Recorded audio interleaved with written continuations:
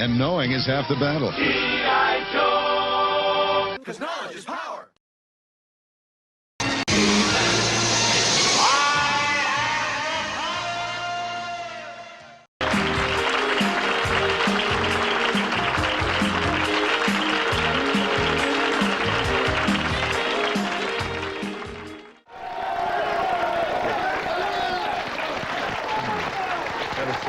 Thank you. How are you? Fine. How are you?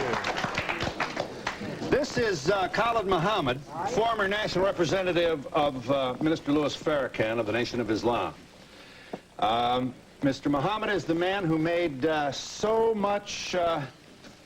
many of the front pages of America's newspapers with a speech at Kane College, which so many people called anti-Semitic and a lot of things. At the very least, racist. You remember the comment? He picked up the Pope's dress, and let's see what's under that dress.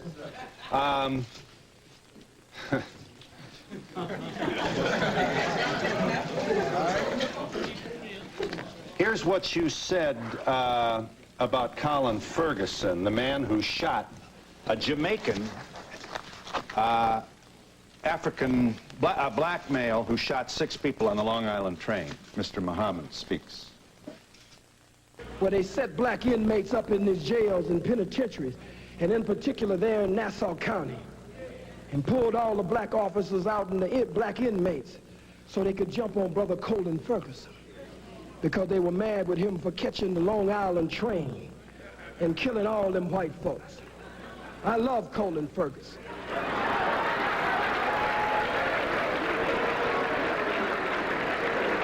I have no official position, so I can say I love him.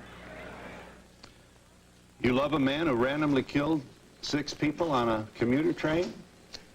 I love Colin Ferguson just as much as the masses of white Americans love General Schwarzkopf, General Westmoreland, General Patton, General MacArthur, and Eisenhower. America awards her killers, and they get ribbons and stripes and bars. I'm sensitive to the pain and suffering of the loss of life on that train, but I'm one of the rebellious slaves. And so when black people stand up out of pain and suffering and frustration, I understand after 500 years. You also, you talk about the response of some African Americans to, for example, the book which attempts to prove that the Jews are involved in the slave trade. I'd be happy to let them see that. You talk about when white folks can't defeat you, you said in your speech at Kane, they'll always find some Negro, some boot-licking, butt-licking, buck-dancing, bamboozle, half-baked, half-fried, sissified, punkified, pasteurized, homogenized nigger that they can trot out in front of you. I would ask you, Mr. Muhammad, is Jesse Jackson a boot-licking, homogenized nigger? To the best of his ability, I believe he tries every day to do that. Here you are mocking Jesse Jackson at a speech, I believe this is Howard University. Roll the tape. Oh, boot-licking, buck-dancing, scratching, shuffling, messy Jesse Jackson, who keep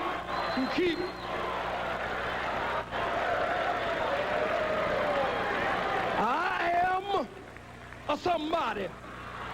I am a somebody who keep hope alive. I am a somebody. I don't rightly know who the hell I am, but I am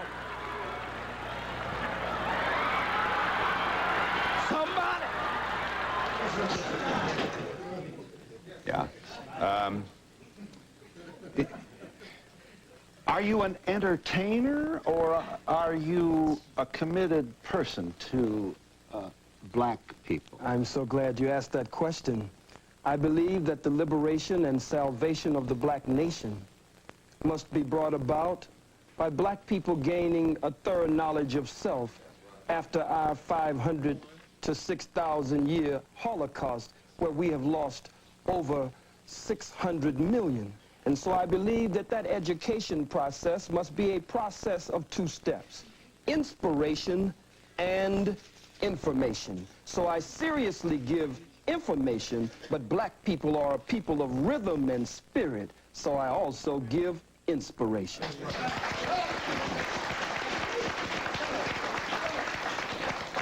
From your speech at Kane College in 1960, Chief Luthuli, the head of the ANC, received a Nobel Peace Prize, you reported to your audience, reminded them, for nonviolent struggle. Yes. Just like Mandela just received it with F.W. de Klerk. How could you stand with your oppressor and your enemy and receive the Nobel Prize for nonviolent struggle? You have, you do not support, then, Nelson Mandela's strategy in the struggle to free black people in South Africa? Let us first of all be very clear here, Phil. Nelson Mandela is my brother. So is He Jesse is a member Jackson. of the family, and so is Jesse, and Jesse is a very brilliant man. We just want him to return home and stop being used by the enemy and the oppressor against his people. Now back to Brother Nelson Mandela. And certainly we can never mention Nelson without mentioning Winnie Mandela. But Nelson Mandela's attempt at a multiracial government in South Africa after the murder of men, women, children, and babies, and the rape of South Africa, a criminal settler colony that has been established like Israel there in that part of the world. I cannot go along with one man, one vote. Let me say why. If someone broke into your home, Mr. Donahue, and actually bomb-rushed your home, and black boots stomped your door down, and came in and robbed and raped everyone in the household, and was able to take the wealth of your home and parlay it into an empire. This is an invader. This is an intruder. This is a murderer. This is a burglar. This is a criminal. So you have no responsibility to share your home with them after they broke in and committed the crimes that they did. You want, you said about South Africa, we give him, that is to say white people, 24 hours to get out of town by sundown. That's all. If he won't get out of town by sundown, we'll kill every white that ain't right that's in sight in South Africa. We kill the women, we kill the children, we kill the babies, we kill the blind, we kill the cripple, we kill them all. We kill the faggot, we kill the lesbian, we kill them all. You say, why kill the babies in South Africa? Because they're going to grow up and oppress our babies, so we kill the babies. Are you seriously presenting yourself as a man interested in the future of your people with this kind of rhetoric? I'm just as interested in the freedom of my people as I am in the self-determination or the Kujichagulia, self-development, them being self-defining, self-respecting, and self-defending. If the white man has killed millions of our people, and you cannot deny the undeniable and indisputable and irrefutable truth, fact, proof, and history of their bloodshed there in South Africa. I said it would be merciful if they would leave. I don't agree with a government, a sham government. No man walks out of prison after 27 years and becomes the president unless there's a script and a plan behind the scenes to remove the economic sanctions from whites in South Africa, but no real plan for redistribution of the wealth. The Oppenheimers, the De Beers, and others there sucking the blood of our people. So I said, be merciful. Give them a period of time. Truman gave the Japanese a period of time, but when they didn't comply, he dropped the bomb on men, women, children, and babies.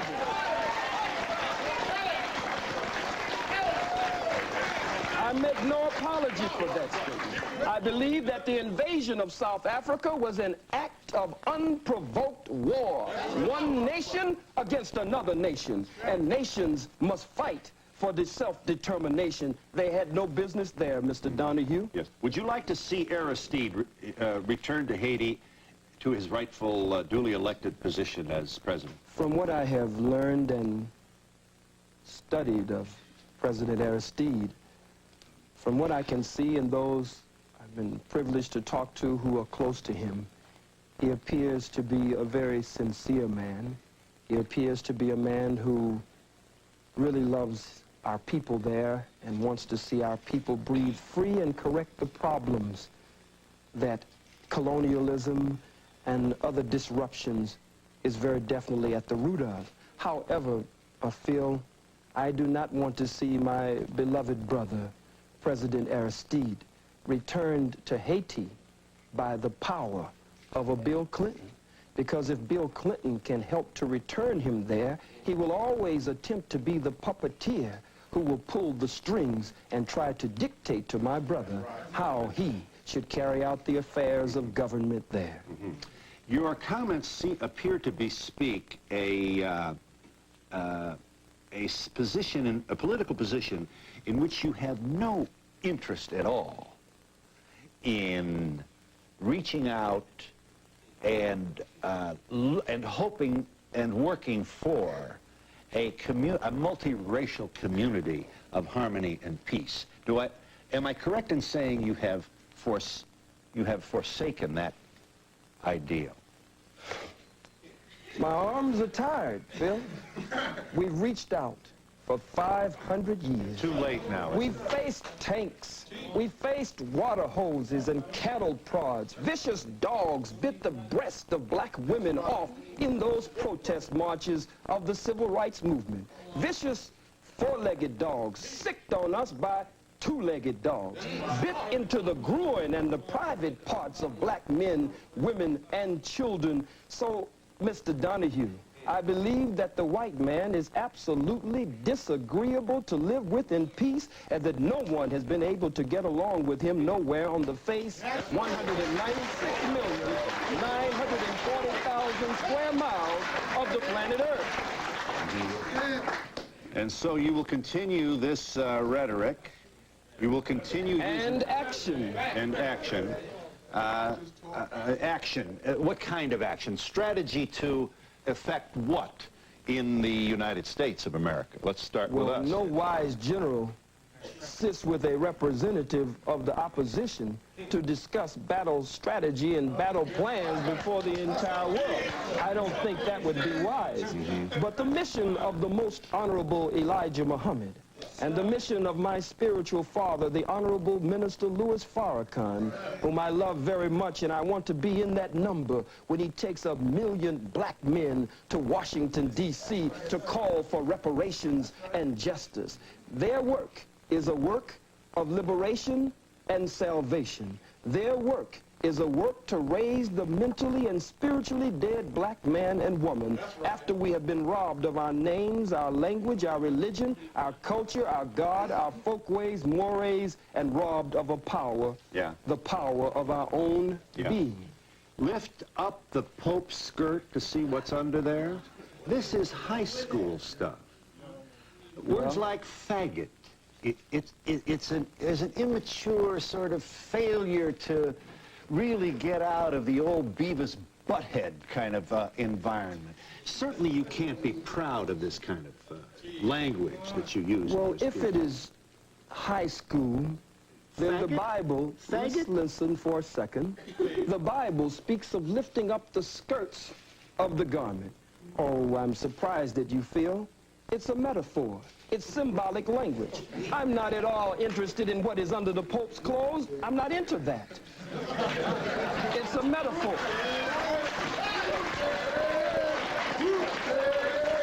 Let's see what's under there. But it is a metaphor to say, let us expose the Pope, according to H. Shelton Smith, President Emeritus of Duke University, in his book entitled, In His Image, quote, the Catholic Church and the Pope were directly involved in the institution of slavery. They financed slavery and gave the okay that it was good business to sell Africans. Lift up the skirts of his garment so that we can see the shame and reveal what has been hidden. But it has nothing to do with sexuality whatsoever.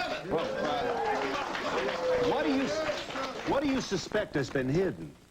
I believe that it has been perpetrated. And why would we want to lift up his skirt to discover what it might be? Well, we're saying lift up the skirt again. I don't believe you're missing what I'm saying. Well, lifting up the skirt again, as the scripture says, raising the skirts of the garment. I'll say it once more for you, and only once more.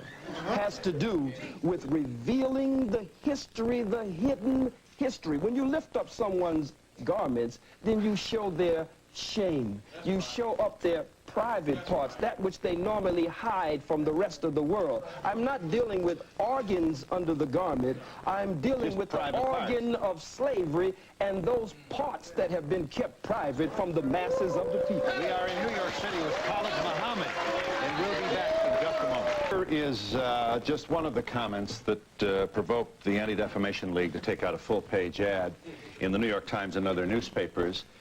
What the ADL did essentially was publish in the New York Times some of the things that you said. Here's a part, this is an audio tape, of part of your speech to Kane College last November that created such furor. Khalid Muhammad speaking. The hook-nosed, bagel-eating, lox-eating, imposter perpetrating a fraud, Johnny-come-lately, just crawled out of the caves and hills of Europe, wannabe Jew. Not presuming you haven't been asked this before, but may I ask you kindly to speak to the loved ones of Schwerner and Goodman, who died with one of your brothers, Cheney, buried in a shallow grave in the South in the middle of the Civil Rights Movement, because this black man was seen with two white Jews down there causing trouble, trying to promote the civil liberties of your people. Two Jews found in a shallow grave. I happen to have met the mother of one of these very brave people. And when she sees this, we can only speculate what must go on in her heart. You would want to say what to her? I don't have anything to say to her. You just condemned all Jews with that observation, with this alliterative kind of Jew bashing that so excites your largely male audiences. Well, I wonder why. It means that I speak the truth. I speak to the pain and hurt of the masses of black people. I speak that which many of them wish they could say. That's why they cheer and applaud. Speak to Mrs. Goodman. And I speak that also, Speak to which Mrs. many Goodman. of them only whisper behind closed doors. I think it is very arrogant to put this on the screen, and for you and for others to attempt to tell me, one of the Holocaust victims of the African Holocaust, displaced in the death and decadence of the diaspora of the Western world after having been robbed and raped and murdered, to tell me how to hurt. These are strong words that you put on the screen, but you cannot tell the aggrieved and the victim. As I was talking to Brother Malik Zulu Shabazz, the young student warrior from Howard University, and we were going over this. And we said, how do they expect to tell we who have suffered so much how we should speak? When you're hurt, you'll say faggot, you'll say cracker, but you don't want to give me time to say where these terms came from and how they apply to your people here in America. If it is true that I don't want to give you time to explain the etymology of these words, it is also true that you apparently don't want to respond to my question regarding the loved ones of two Jews who lost their lives to stop the diaspora of the black people. I don't know. Do you have any? I don't know why they were there, and you don't know why they were there.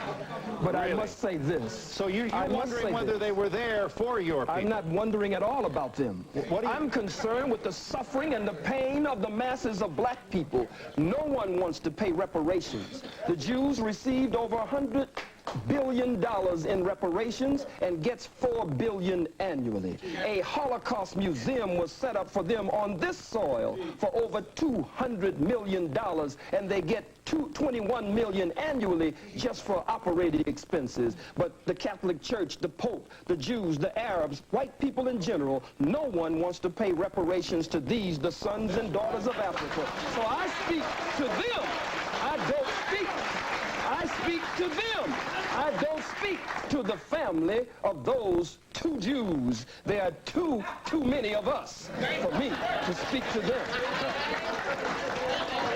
You don't want to take any time to make any particular We've given statement. all the time we've been in America. Now it's time we do something for ourselves. We are the same people, Phil, that when you beat us and rearrange our eyeballs in the socket and rearrange our face and beat us and stomp us before the world, we're the same people that get up because God just made us with tender and sensitive hearts as his chosen people and say, well, can't we just get along?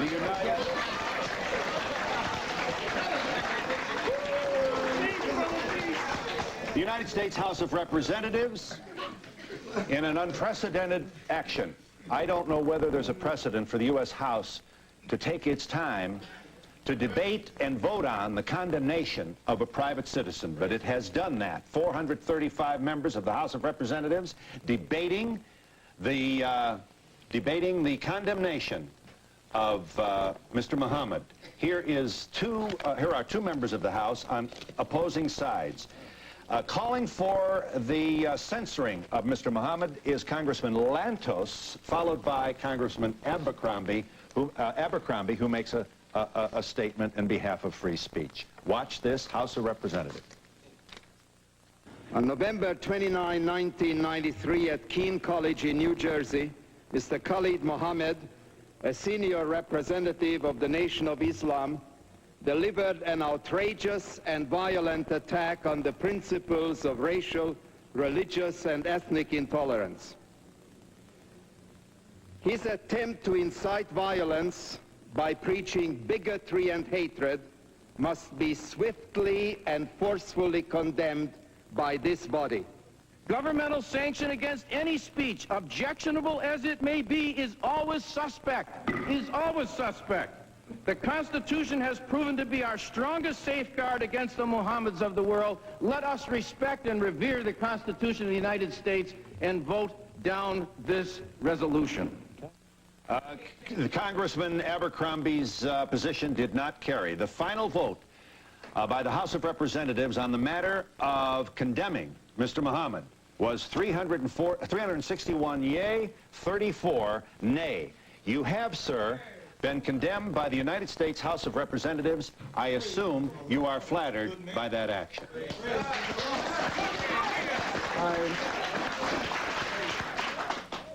I believe that my ancestors, I believe that the blood that cries out from the grave of my ancestors who went to an untimely death at the hands of the white wicked slave traders, I believe that they cry out.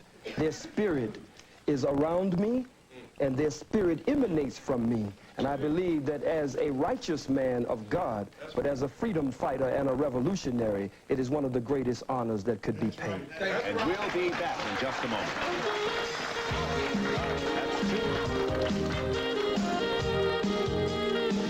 One question for the white audience that's watching this. A lot of times they ask, what can they do to help the situation? And I feel that they should go over to their people and represent this issue the same way this brother puts his life on the line for us. They should be doing the same thing, because otherwise it's going to be a one-sided view. They need to reach their people as well. Yes. What I'd like to know is, what do they say to the KKK, the skinheads, the Nazis? They're so worried about this one brother. What about them? Well, I don't know whether you want to suggest that all white folks support the KKK. Well, enough of them do. Yes. Yeah. Nobody says anything about What? Nobody disputes the facts or his facts. His facts are right and exact, and no scholar will debate Dr. Khalid, because Dr. Khalid is right. I'm going to answer that lady's question. Half of the white population does not support KKK. But this gentleman up here is throwing prejudice towards white people only, and it's unfair.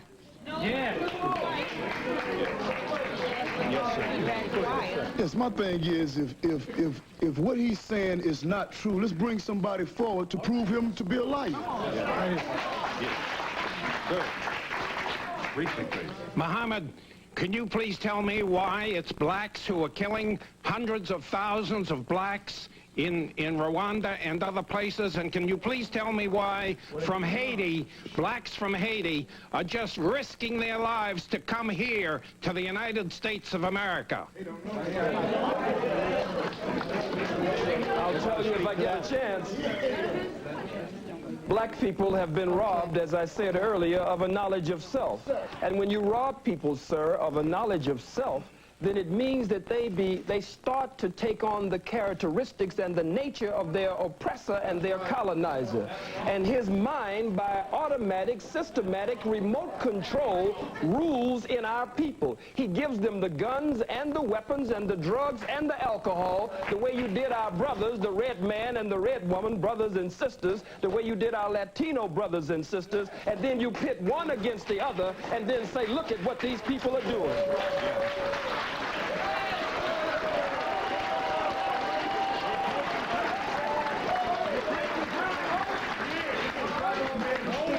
Yes. Adolf Hitler perpetrated the Holocaust. May I have your attention, please? Thank you. Adolf Hitler perpetrated the Holocaust on 11 million people that died, 6 million of which were Jews, 5 million were others. Am I to understand that you would very much support his way of doing things, and him for that matter? Sir, this is not reverse racism nor discrimination that you could tie into your statement on Hitler. If the slave master is whipping the slave and blood is running down the slave's back, and that's incidentally where the term cracker comes from the cracker man who had the crack of the whip on the slave's back. But if the slave takes the slave master's whip from him and starts whipping the slave master with his own whip, that is not reverse racism, that is not reverse discrimination, that is the slave getting out from under the yoke of bondage and oppression. I don't advocate what Hitler has done before the world. Hitler's struggle. I went to the Holocaust Memorial Museum and I tried to separate Hitler as a freak of nature from the rest of white people. But after all that we have gone through, I know that there's a little bit of Hitler in all white people and a lot of Hitler. And we'll be back in just a moment.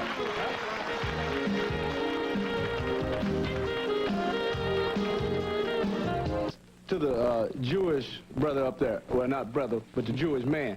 What about Goldstein, who slaughtered 39 Palestinians and became a Jewish hero? Publicly, rabbis said what about the fingernails, Dr. Khalid? Said that the rabbi said that the fingernail of one Jew was worth more than all of the Arabs in the world, and the New York Times ran the lead story with the photo showing the Jews filing past his grave. Yes. They not only called him a hero, but a saint. Yes, may I make this point, Mr. Muhammad?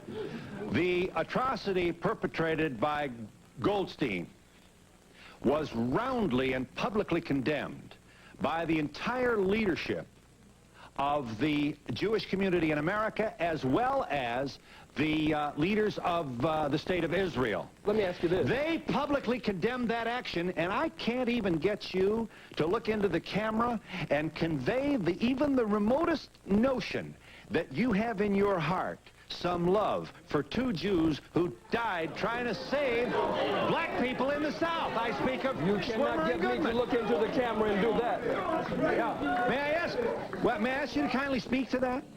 You cannot get me to look into the camera and show love for two Jews. I don't even know them.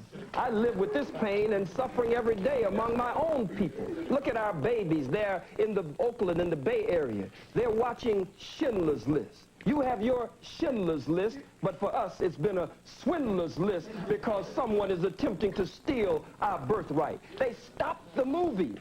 Take our babies out of the movie as though it's such a moral outrage. And then Spielberg comes in. The governor comes in. What about the statements of the Jew, Howard Stern, the comedian, Jackie Mason? What about Moshe Dayan? What about the fact that members of the Senate have made racist comments and Congress, and they were voting against me, but they were not brought up by their own colleagues in that so-called august body? Yes. Hello. What I'd like to point out is just as you said that you can't judge all black people by one person, you can't judge white people by just Hitler. What you have to realize is that we're in a diverse nation, which is America, and we have a lot to learn from everybody in this room. I feel I do. From all black people, all white people, and anyone else who happens to be in this room with me. America's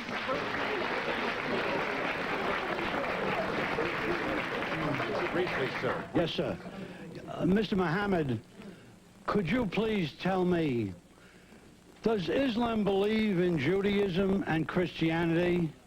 And under Islam, are Jews and Christians are people of the book? Do you believe that? And further, do you believe, sir, that one people and one book sent by the same one God? And you referred to the people up front that they are your brothers. Is it possible, Muhammad, Mr. Muhammad, that I am your brother also? And is it also possible that we are brothers truly responsible for each other? Is that possible? The Holy Quran says that the messenger of God believes in what has been revealed, and so do the believers. And I am a believer. In Islam, we believe in one God whose personal and proper name is Allah subhanahu wa ta'ala. And that one God, we believe, sent all the prophets and the great ones in the great line of divine, and we believe in all of the revealed scriptures. I don't know you, sir.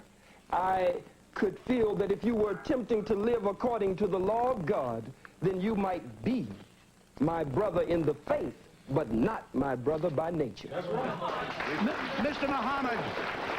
Mr. Muhammad, are you aware, Mr. Muhammad, that the courts-martial system on or about or in or about World War II condemned many black sailors for their involvement in handling munitions, where many of them died as a result of their handling these munitions? Would you believe, Mr. Muhammad, that the Jewish war veterans that I'm proud to represent took this issue on, and we have condemned the United States Navy as it relates to the deaths of these sailors, and we have condemned them for their continuance dishonorable discharge of these black sailors? I ask you, Mr. Muhammad, what have you done on this specific issue? Well, it's kind of difficult to believe you on anything, but I would say this, that I do know that during that same war, that America was, as is today, so racist until the German officers, when they were captured, could eat in the same mess hall and have the same accommodations as the white American officers. But the black troops were segregated, couldn't come into that mess hall unless they were scrubbing the floors and washing dishes. So it was a white man honoring another white man, though one was American and one was German, and they were supposed to be enemies. There was still a tie that was able to bind the two together. And we'll be back in just a moment.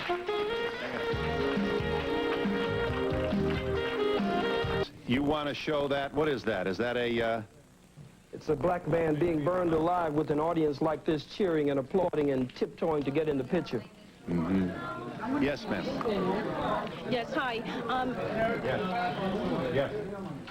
I'm representing Queens College, and everyone is talking about what's been denied, but the problem that we have as students is our history is not being taught in the textbooks. Right. And by me being a student and a citizen of America, I would like to know, when is that time going to come so you can learn about my history and understand my people? We are not in your books. Yes. Sir. Yes, Phil, I like to say that, you know, what he's saying is being backed up by Jewish scholars as well. This is not only the information that Khalid has. Jewish scholars have the information. I'm from Fort Worth, Texas. He came to Fort Worth, Texas, where the police department is killing black men wholesale. 6 black men have been killed in less than a year. But through his effort, there's been a change on the gang members' part in our community. So we appreciate Brother Khalid. Yeah. This gentleman wanted to say. Yes, sir. Being an educated college person, I see that you can always bring up events like this, where people have been killed in mass murders from all people. Let's learn off the past and not make high school comments like yours and put down Hitler-like manners and try to form peace and learn off the past and from the future. Sir, you wanted to say. Sir. Right here. Yes, sir. I'd like to see us lay to rest this whole notion of anti-Semitism. The one thing that is an incorrect statement, because the whole idea of a Semites were people who lived in southwestern Asia, including northeast Africa and the Arabian Peninsula, who spoke Ugaritic, who spoke Ge'ez, who spoke Ethiopic, spoke Hebrew, who spoke Arabic. Those are our people. We are a Semitic people, therefore we cannot be anti-Semitic. Ashkenazic Jews are calling us anti-Semitic. We cannot be anti-Semitic because we are the descendants of a Semitic people. Let's lay that to rest. That was a weapon in the hands of the Jews since 1870. They used it against other people, but it doesn't work against people in Northeast Africa. Thank you. Beautiful. Sir, I did it. Beautiful. I can't believe exactly what I'm hearing. We went to war in World War II to fight for the freedom of speech. We didn't fight for freedom of speech of hatred. Many of our members, I'm the National Commander of Jewish War Veterans, and over 50,000 of our men died fighting for your right to free speech here now. I don't understand why you come out with such hatred. Phil, excuse me, Phil. Mr. Muhammad. Sir. You make me sick to my stomach with that. Because at the same time that you were fighting, you were not fighting for the freedom and independence of black people. Soldiers, black soldiers in segregated companies lost their lives on foreign soil there, but would have to come back and fight just to get a bite to eat and not have to go to the toilet on the side of the road somewhere in the bushes. So you're nothing but hypocrites, and you won't pull that small-time stuff over on me.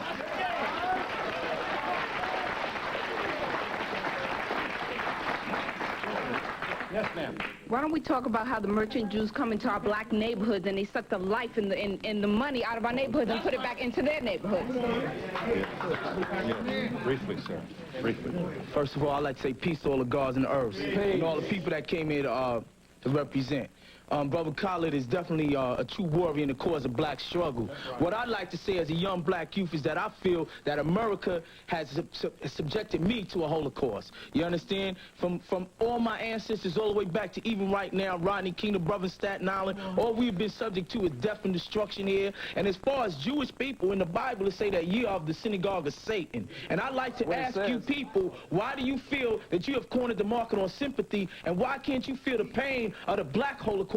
Why do you think that when we say the black Holocaust that it's some blasphemous statement? I'd like for y'all to address that. Yes. All right. Beautiful.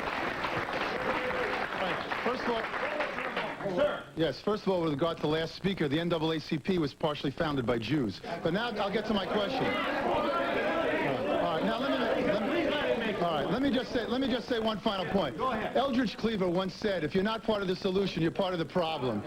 And I'd like to just end this show, hopefully, by some positive note and ask Khalid if perhaps he'd tell us what his real agenda is. Is it just to go out and try to talk about hating people, or are we going to have a race war, or are we going to have cooperation? We're going to try to work together. Yes, thank you for the question.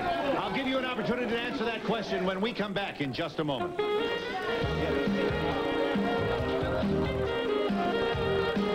To our agreement with Khalid Muhammad, I'm pleased to share this number with you. This is the Black African Holocaust Council 800 number. 1-800-859-0170. I say again, this 800 number is 859-0170, the Black African Holocaust Council. The gentleman has a question of Mr. Muhammad. Are we going to preach hate? Are we going to have a race war? Where are we going, and what would you like to do to promote where you think we should go? We are taught by the Honorable Minister Louis Farrakhan to show courtesy, respect, and kindness, to be polite to all people as long as they are courteous, respectful, kind, and polite to us. That's right. But we must look at the fact that we don't teach hatred. Everywhere we go as black people, we face hatred. Look at it. Look at it. Angel food cake, white people say, is white. Devil's food cake, you say, is black. You wear white to weddings and black to funerals.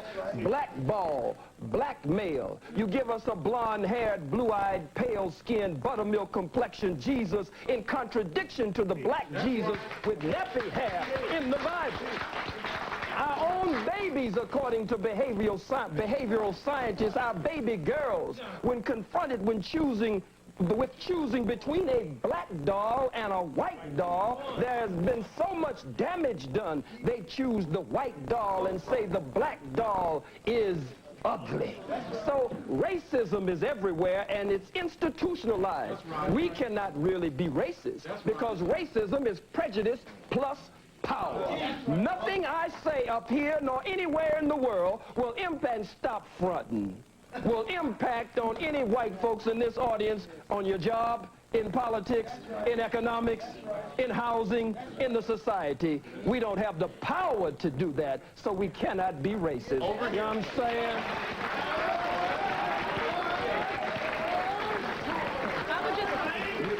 I would just like to say to this gentleman, I would like to say to this gentleman and all other people who are not blessed with melanin at this point in time, to understand that what has happened in our history is that you have been misinformed as much as we have been misinformed. Much of the information that is brought forth, not only from Dr. Muhammad, but other areas, other scholars, are not available to you, as the sister said, in your curriculums that you have for 400 years when you did not allow us to read and write and was being hidden. Whether you, sir, personally did that or not, it was a legacy that was passed on to you. And I end by saying the Holocaust is simply the greatest atrocity on film. Ours was not filmed. Thank you.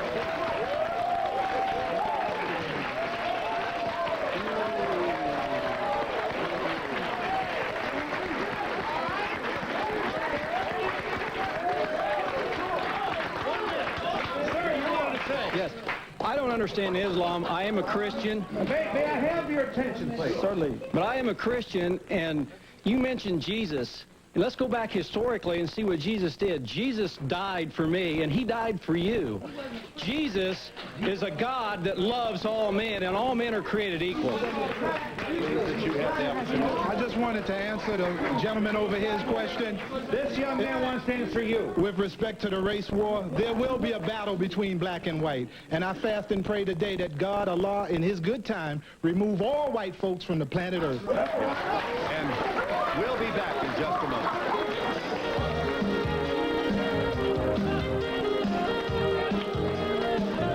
I feel the gentleman over there made an incorrect statement. That really was not necessary. That's all. Okay. Yeah. Seconds left. Second. Yes, ma'am. I just want to say Yes, ma'am. that my love and loyalty goes to Dr. Muhammad. And sister over here is a little lost. She got the contact lenses and, you know, the fake lenses, but we won't go into that. You know, it's no news. All right. My point is, there is, you know, we seem to be attacking issues that really have no relevance. This is one man making a statement that is factual, like brothers and sisters said. These are in the books written by Jewish scholars, That's right. not by him. He's just quoting, and we're attacking him. So, what's the name of this book, brother, please? Secret relationship between blacks and Jews. Okay. Yes. I have time only to thank you all for your contribution to our discussion. Thank you for joining us. Join me in thanking all the speakers for their contribution. Services provided and promotional fees paid by the